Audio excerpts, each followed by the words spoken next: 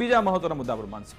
બિલકુલ, અને હવે વાત કરવી છે નર્મદા જિલ્લાની, કારણ કે સેવા સદન ખાતે ગુજરાત પેટર્ન યોજના અંતર્ગત જ્યારે બેઠક મળી હતી, આ બેઠકમાં ધારાસભ્ય સહિત જિલ્લાના અધિકારીઓ ઉપસ્થિત રહ્યા હતા અને ડેડિયાપાડાના ધારાસભ્ય ચૈતર વસાવા પણ આ બેઠકમાં ઉપસ્થિત રહ્યા હતા। મહત્વનું તો એ છે કે ધારાસભ્ય ચૈતર વસાવાએ બેઠકમાં વિરોધ નોંધાવ્યો છે।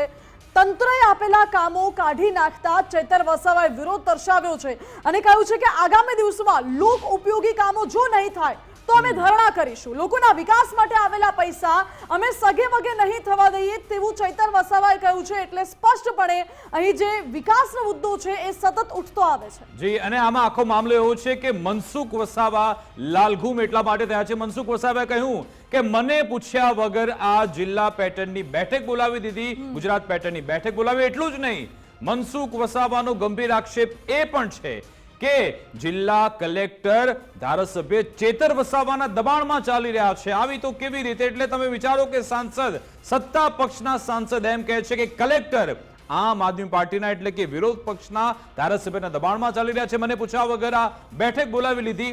બીજી સૌથી મહત્વની બાબત એ કે ચેતર વસાવા પહેલીવાર જેલમાંથી બહાર આવ્યા બાદ પહેલીવાર આવી રીતે આવી એક મીટિંગમાં પહોંચ્યા હતા। ત્યાં જઈને એમને સીસીટીવીનો ડર પણ સતાવ્યો હતો। જી હા, જેવા ચેતર વસાવા ઓફિસમાં પહોંચ્યા એમણે જોયું કે ભાઈ સીસીટીવી તો ચાલુ છે ને ભાઈ, કાચનો ગ્લાસ તો ક્યાં આજુબાજુ છે નહીં, એમ કરીને એમણે અધિકારીને કહ્યું કે ભાઈ જેટલા પણ કાચના ગ્લાસ છે હટાવી લો અને સીસીટીવી ચાલુ હશે તો જ હું બોલીશ, બાકી નહીં બોલું। ચેતર વસાવા જ્યારે મીટિંગમાં પહોંચ્યા હતા એમણે શું સ્ટેટમેન્ટ આપ્યું, ત્યાં જઈને અધિકારીઓ વચ્ચે એમણે શું ભીતિ વ્યક્ત કરી, સાથે સાથે એક ચીમકી પણ આપી હતી। શું કહ્યું ચેતર વસાવાએ એ સાંભળી લો। પ્રાયોજનામાંથી કોણ છે જયભાઈ? સીસીટીવી કેમેરા ચાલુ જોઈએ અને અહીંયા કોઈ તમે કાચની વસ્તુ ના મૂકતા। કાલે ઉઠીને પાછા એલિગેશન કરશો, પાછા અમારે 3 મહિના વગર જોઈતી જેલ ભોગવવાનો વારો આવશે। કેમ કે આયોજન છે, અમે તો બધા કહેવાના કે અમારા લોકોના કામ લો અને એવી સામાન્ય બાબતોમાં પછી ખોટી ફરિયાદો થઈને અમારે વેઠવાના હોય એટલા માટે બરાબર। એટલે મહેરબાની કરીને કોઈ પાણીના બોટલ પણ ના રાખતા, ગ્લાસ પણ ના રાખતા અને સીસીટીવી કેમેરા ચાલુ રાખો। નહીં તો સીસીટીવી કેમેરા અહીંયા ના હોય તો મીડિયા મિત્રોને આપણે અહીંયા તો તમામ લાઈવ ઉતારવાનું પરવાનગી આપણે અપાવી દઈએ। એક માણસ તો ઉતારવા વાળો જોઈ છે। આમ તો હું તો હમણાં કાલે જ જેલમાંથી આવ્યો છું, પાછા 3 મહિને 4 મહિને મોકલી આપે તો મારે શું કરવાનું? લોકોના કામ પછી કોણ કરશે? એટલે બધાને આપણા પ્રાયોજના મેડમને કહો લાઈવ સીસીટીવી કેમેરા જોઈએ, અહીંયા પાણીની બોટલ, ગ્લાસ ભાસ કંઈ ના જોઈએ। આ તો પછી પ્રી પ્લાનિંગથી કાલે ઉઠીને પાછા કોઈ મારી સાથે વગર જોઈતી બધી પાછા મને મોકલી આપે।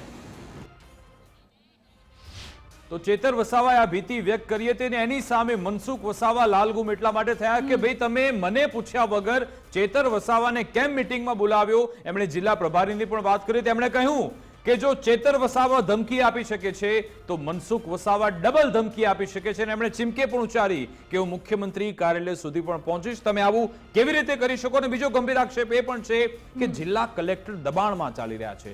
શું હોઈ શકે ખરા? આખરે મનસુખ વસાવાએ શું આરોપ લગાવ્યો? ટેલિફોનિક વાતચીત કરી રહ્યા હતા કલેક્ટર સાથે, એ સાંભળો।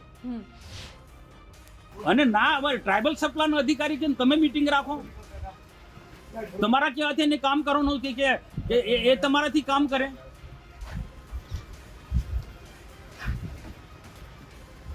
પણ મને બતાવો, મિનિસ્ટરે તમને કીધું હોય તો મને પત્ર બતાવો।